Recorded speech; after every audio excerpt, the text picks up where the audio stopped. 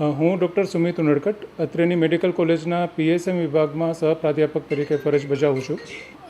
છેલ્લા એક અઠવાડિયામાં આપણી પાસે 2 કેસ સસ્પેક્ટેડ ચાંદીપુરા વાયરસ ઇન્ફેક્શનના નોંધાયેલા છે. એના લક્ષણો ને એ બધાની વાત મેડમે કરી છે. પ્રિવેન્શન માટે આપણે લોકોને જાગૃત કરવા માટે એટલું કરી શકીએ કે ખાસ કરીને આ જે ઇન્ફેક્શન છે એ સેન્ડફ્લાય નામના ઇન્સેક્ટના કરડવાથી થતું હોય છે.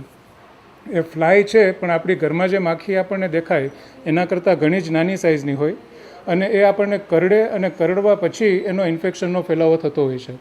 આ માખી જે છે એ ખાસ કરીને કાચા મકાનોમાં જે લોકો રહેતા હોય અને એમના ગાર માટીના દિવાલો હોય કે એમાં જે તિરાડો હોય અથવા તો ઝાડમાં પણ જો કાણા કે એવું હોય તો એમાં આ માખી એનું બ્રીડિંગ કરતું હોય છે અને એના કરડવાથી આ ઇન્ફેક્શન છે એ ફેલાતું હોય છે.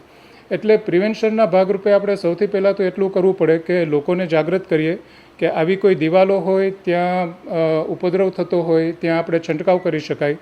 નાના બાળકોમાં આ કેસ વધારે થતો હોય છે અને ગંભીર પણ થતો હોય છે અને મૃત્યુનું પ્રમાણ ખાસ કરીને 48થી 72 કલાકમાં થવાની શક્યતા રહેતી હોય છે.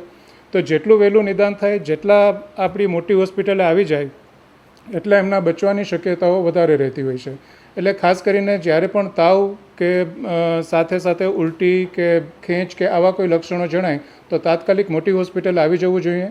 અને ઘરમાં જો આવી તિરાડો કે આસપાસમાં ગાય કે ઢોર રાખવાના જો જગ્યાઓ હોય તો ત્યાં પણ આપણે ચોખ્ખાઈ રાખીએ અને દવાનો છંટકાવ ખાસ કરીને મેલેથિયોનનો છંટકાવ કરીએ તો એનાથી આનો ઉપદ્રવ ઘટી શકાય અને આપણે પ્રિવેન્ટ કરી શકીએ એવું છે.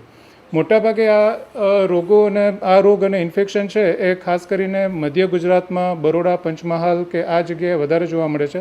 જામનગરમાં હજી સુધી કન્ફર્મ કેસ કે નોંધાયેલો નથી, પણ આપણે તકેદારીના પગલાં રૂપે એક લોક ઝુંબેશ કરીએ અને લોકોને જાગૃત કરીએ તો આ ઇન્ફેક્શનનો ફેલાવો છે એ અટકાવી શકાય એવું છે.